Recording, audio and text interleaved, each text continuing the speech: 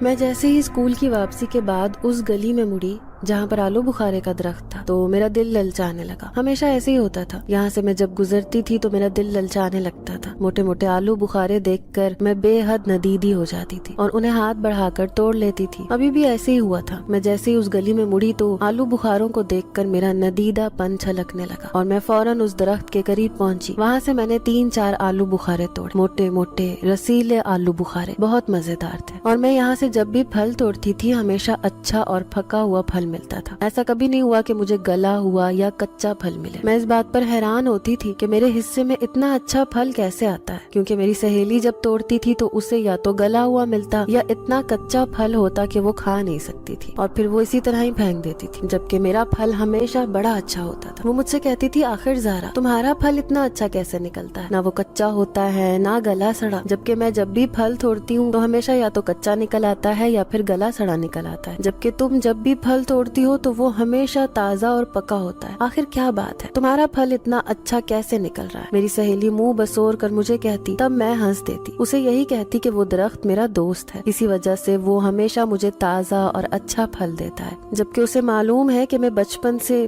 صرف اسی درخت سے پھل توڑ کر کھاتی ہوں، میں کسی اور سے پھل نہیں کھاتی۔ میں ذرا لاپرواہی سے اسے کہتی گھر کی طرف چل پڑی۔ ہمیشہ جب بھی میں اس گلی میں سے گزرتی تو اس جگہ پر رک کر تھوڑا سا پھل توڑ کر ضرور کھاتی۔ وہ آلو بخارے جیسے میرے انتظار میں وہاں پر ہوتے اور جب میں توڑ کر کھا لیتی تو پھر آگے چل پڑتی۔ میری سہیلیاں مجھے حیرت سے دیکھتی کیونکہ ہر بار ایسے ہی ہوتا تھا، 2-4 آلو بخارے میرے ہاتھ کی حد میں آ جاتے تھے، اسی وجہ سے مجھے کبھی انہیں توڑنے میں مشکل پیش نہیں آئی تھی۔ گھر پہنچتے ہی میں نے سب سے پہلے ہاتھ منہ دھویا، اپنا بستہ رکھ کر اماں کے پاس چلی۔ اماں اس وقت باورچی خانے میں روٹیاں بنا رہی تھی۔ وہ مجھے دیکھ کر مسکرا دی، جبکہ میں نے انہیں فوراً سلام کیا اور پانی پی کر گلاس واپس جگہ پر رکھتے ہوئے اماں سے دادی کے بارے میں پوچھا۔ اماں کہنے لگیں کہ وہ محلے میں ہی گئی ہیں، ابھی کچھ دیر تک آ جائیں گی۔ میں سر ہلاتی ہوئی کمرے میں آ گئی اور اپنا یونیفارم تبدیل کر کے ابھی بیٹھی ہی تھی کہ اماں کھانا لے کر کمرے میں ہی چلی آئی۔ اماں کی عادت تھی کہ وہ ہمیشہ میرے لیے تازہ روٹی اور گرم گرم سالن لے کر آتی۔ میں ہمیشہ تازہ روٹی ہی کھاتی تھی، اسی وجہ سے اماں میری پسند کا خیال رکھتی تھیں۔ اماں کی چونکہ میں ایک ہی اولاد تھی، یہی وجہ تھی کہ وہ میرے ناز نخرے خوب اٹھاتی تھی۔ ابھی بھی جب تک میں کھانا کھاتی رہی اماں میرے قریب ہی بیٹھی رہی اور پھر برتن لے کر چلی گئی۔ میں اماں کو ہمیشہ اپنے ساتھ کھانے کے لیے کہتی تھی، لیکن وہ مجھے کھانا کھاتے دیکھ کر خوش ہوتی اور میرے بعد